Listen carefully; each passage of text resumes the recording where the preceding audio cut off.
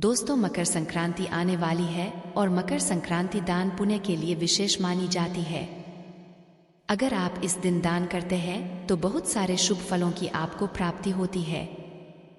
इसमें से सबसे बड़ा दान जो होता है ना, वो होता है दीपदान।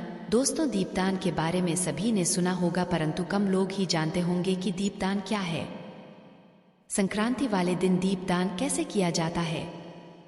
तो दोस्तों, आज की वीडियो में हम आपको बताने वाले हैं कि मकर संक्रांति क्यों मनाई जाती है।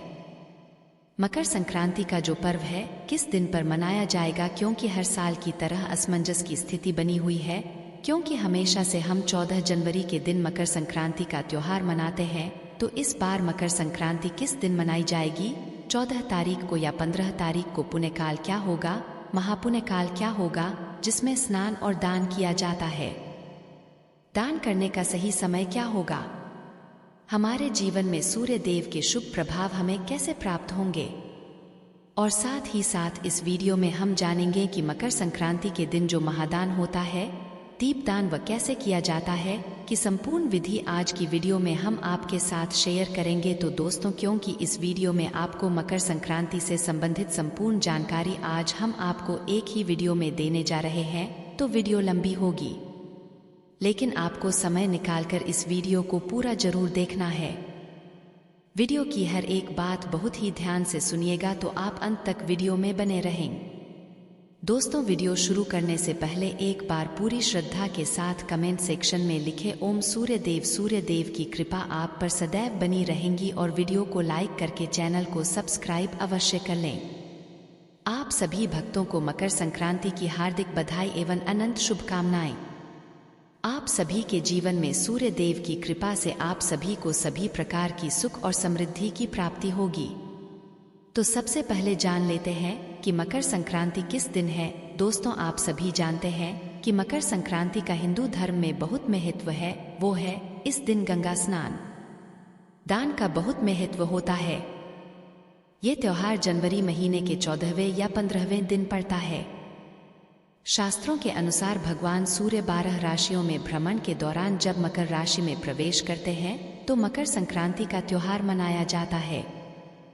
तो ऐसे में 2022 और 2023 में 15 जनवरी को मकर संक्रांति का त्योहार था, इसलिए हर व्यक्ति ये सोच रहा है कि 15 तारीख को ही होगा। लेकिन ज्योतिषाचार्य क्या बता रहे हैं, आइए जानते हैं किस तारीख को मनाना है मकर संक्रांति। दोस्तों, देश भर में इस त्योहार को लोग अलग अलग नामों से जानते हैं। इसके विपरीत यह त्योहार चंद्रमा की विभिन्न स्थितियों के आधार पर मनाए जाने वाले अन्य हिंदू त्योहारों में से एक है। दोस्तों, इस दिन से दिन बड़े होने लगते हैं जबकि रातें छोटी होने लगती है।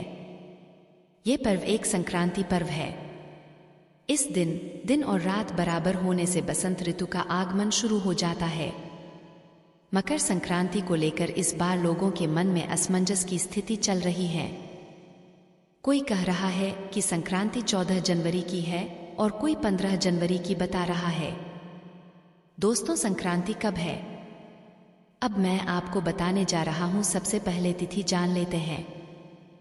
हम सब लोग 14 जनवरी को ही मकर संक्रांति का पर्व मनाते आ रहे हैं, परंतु साल 2024 में 15 जनवरी 2024 को जो मकर संक्रांति की तिथि प्रारंभ हो रही है, वो हो रही है रात्रि 2:54 से, यानी 14 तारीख की तिथि समाप्त हो जाएगी।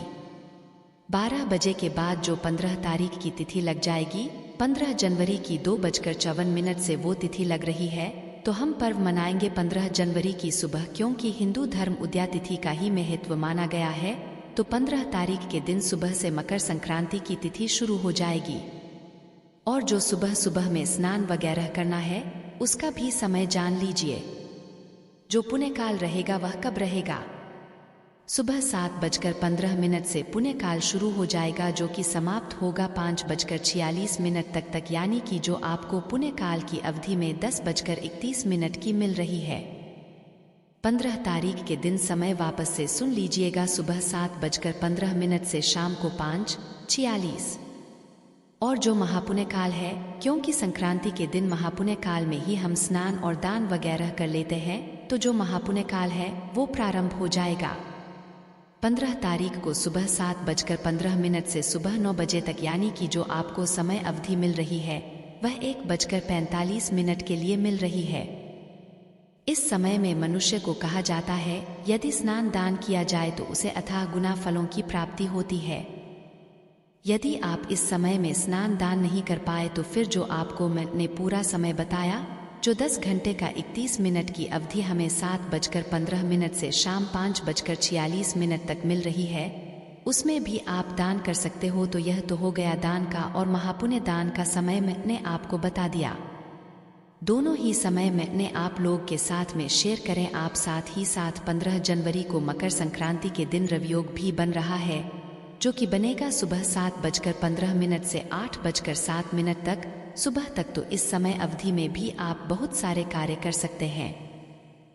रवि योग में आप स्नान कर सकते हैं, सूर्य की उपासना कर सकते हैं, जिससे कि आपको सूर्य देव के शुभ फलों की प्राप्ति होती है। यदि आप अपने जीवन में सरकारी नौकरी वगैरह चाहते हैं या कुछ भी मान सम्मान चाहते हैं तो सूर्य देव की उपासना रवि योग में जरूर करें। कोई शुभ कार्य करना चाहते हैं, कुछ खरीदना चाहते हैं तो इस योग में कर सकते हैं।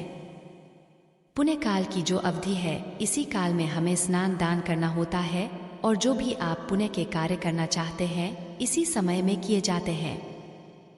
उस शाम के समय दीपदान अवश्य ही किया जाता है, जिसे हम 14 दीपकों का दान बोलते हैं। संक्रांति वाले दिन 14 दीपों का दान कैसे किया जाता है दोस्तों, सबसे पहले हम आपको बता देते हैं दीपदान क्या होता है। दोस्तों, दीपक का दान करना या दीप को जलाकर उसे उचित स्थान पर रखना दीपदान कहलाता है।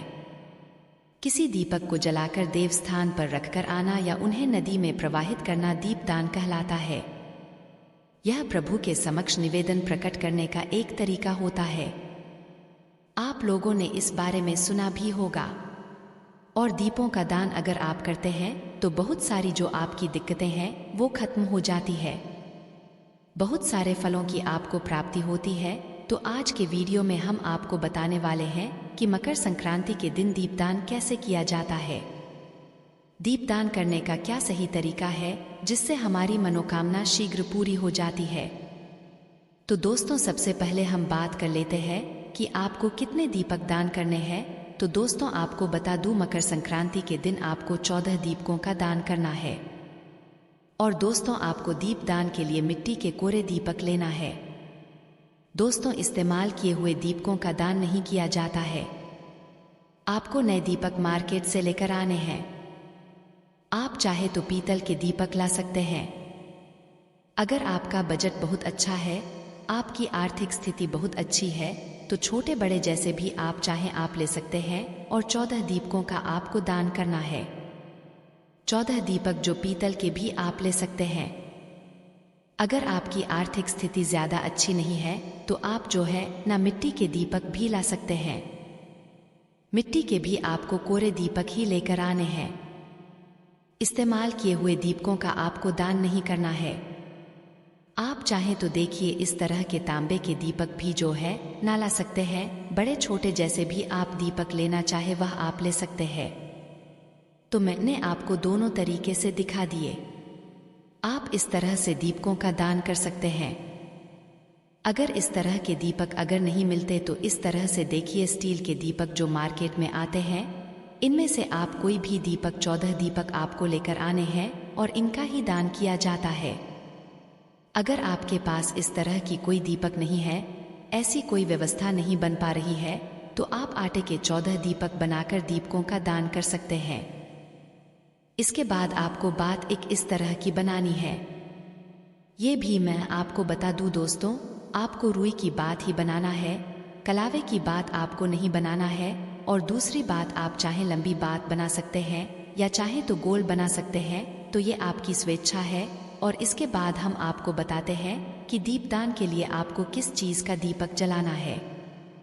दोस्तों, तिल्ली तेल बहुत अच्छा माना जाता है।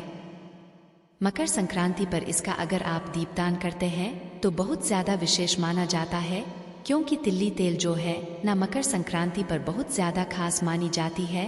और इसके अलावा आप चाहें तो यहाँ पर घी का दीपक भी जला सकते हैं, सरसों के तेल का दीपक भी जला सकते हैं। अगर आप घी का दीपक जला रहे हैं या सरसों के तेल का दीपक जला रहे हैं तो इसमें आप थोड़ी आप जरूर डालें। इस बात का आप ध्यान रखें, या तो आपको तिल्ली के तेल का दीपक जलाना है। दिल्ली के तेल का दीपक है तो कोई दिक्कत नहीं है, फिर तो आपको तिल्ली डालने की कोई आवश्यकता ही नहीं है। अगर आप सरसों के तेल का दीपक जला रहे हैं या घी का दीपक जला रहे हैं तो उसमें थोड़ी दिल्ली आप जरूर डालें, क्योंकि मकर संक्रांति पर जो है ना तिल्ली का विशेष दान किया जाता है, तो दीपक के साथ साथ आपके तिल्ली का भी दान हो जाएगा। आएगा तो देखिए, सबसे पहला दीपक कहाँ लगाना है आप ध्यान से देखिए। 14 दीपकों के बारे में यहाँ पर पूरी जानकारी दूंगा। तो पहला दीपक जो है वो आपको अपने ठाकुर जी के सामने लगाना है। जिस भी देवी देवता की पूजा आप अपने घर में करते हैं, और जैसे कि हमारे यहाँ पर ठाकुर जी की पूजा विशेष मानी जाती है, तो हमने सबसे पहला दीपक अपने घर के मंदिर में लगाना है। दूसरा दीपक लगाना है हमें तुलसी मैया के सामने। हमारे घर के आंगन में, हम सभी के घर के आंगन में तुलसी मैया होती है, तो अपने घर के आंगन में जो है ना तुलसी मैया के नीचे या गमले में आप दीपक जरूर जलाएं। तो चलिए शेयर करता हूँ। तीसरा दीपक जो है ना आपको कहाँ जलाना है। तीसरा दीपक हमें जलाना है अपनी घर की दहलीज पर, ताकि हमारा घर जो है हमेशा खुशियों से भरा रहे। तो तीसरा दीपक आपको जरूर जलाना है अपने घर की दहलीज पर।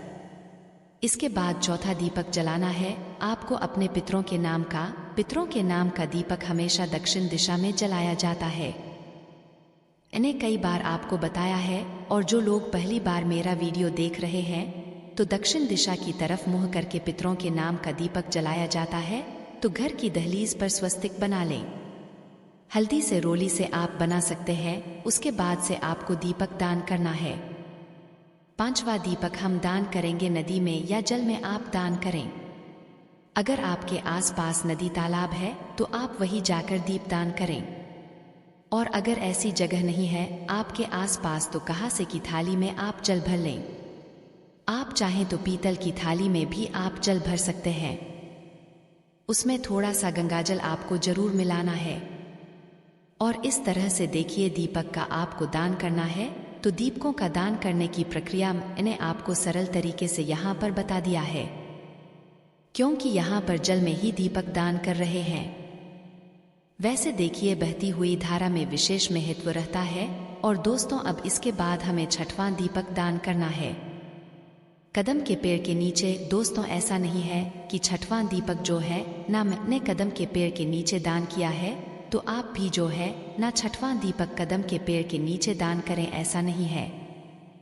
आगे पीछे आप कर सकते हैं। तो कदम का पेड़ है जो है ना बहुत ज्यादा फलदायी होता है। अगर आप इस कदम के पेड़ के नीचे कोई पाठ करते हैं या कोई जप करते हैं तो बहुत जल्दी वो सिद्ध हो जाता है। कदम का पेड़ दोस्तों बहुत मुश्किल से मिलता है। अगर कदम का पेड़ आपके घर के आसपास ना हो तो कोई दिक्कत नहीं है। अगर हो तो आप जरूर जलाना, क्योंकि उसके नीचे दीपक दान करने का बहुत ज्यादा फायदा होता है, और बहुत जल्दी जो है ना किसी भी चीज की आपको प्राप्ति हो जाती है। बहुत ज्यादा बढ़िया रहता है। तो कदम के पेड़ के नीचे आपको दीपक का दान करना है। अब दोस्तों सातवां दीपक दान करना है आपको आंवले के पेड़ के नीचे। अब आप सभी को पता है आंवले के पेड़ में जो है भगवान विष्णु का निवास स्थान होता है, तो धन की जो है ना बिल्कुल कमी नहीं रहेंगी। तो मकर संक्रांति के दिन आंवले के पेड़ के नीचे आप दीप दान जरूर करें, तो धन की जो है ना बिल्कुल कोई कमी नहीं होगी। तो दोस्तों इस मकर संक्रांति हम सभी देवी देवताओं को मनाने वाले हैं, तो 14 दीपकों का इस तरह आप दान करना बिल्कुल भी ना भूलें। इसके बाद 8वां दीपक हम दान करेंगे बेलपत्र के पेड़ के नीचे, ताकि भगवान भोलेनाथ की कृपा हमारे ऊपर बनी रहे। तो इस तरह से आपको 8वां दीपक दान करना है। तो बेलपत्र का पेड़ आपको आसानी से मिल ही जाएगा। वैसे एक मंदिर में चले जाओ ना तो आपको सारे पेड़ आसानी से मिल जाते हैं। 9वां दीपक जो है ना आपको कहाँ दान करना है।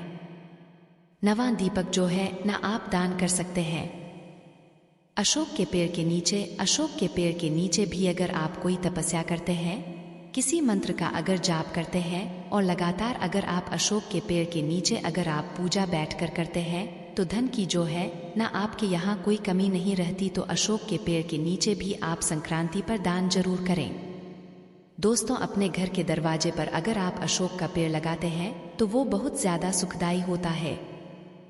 10वां दीपक आपको दान करना है।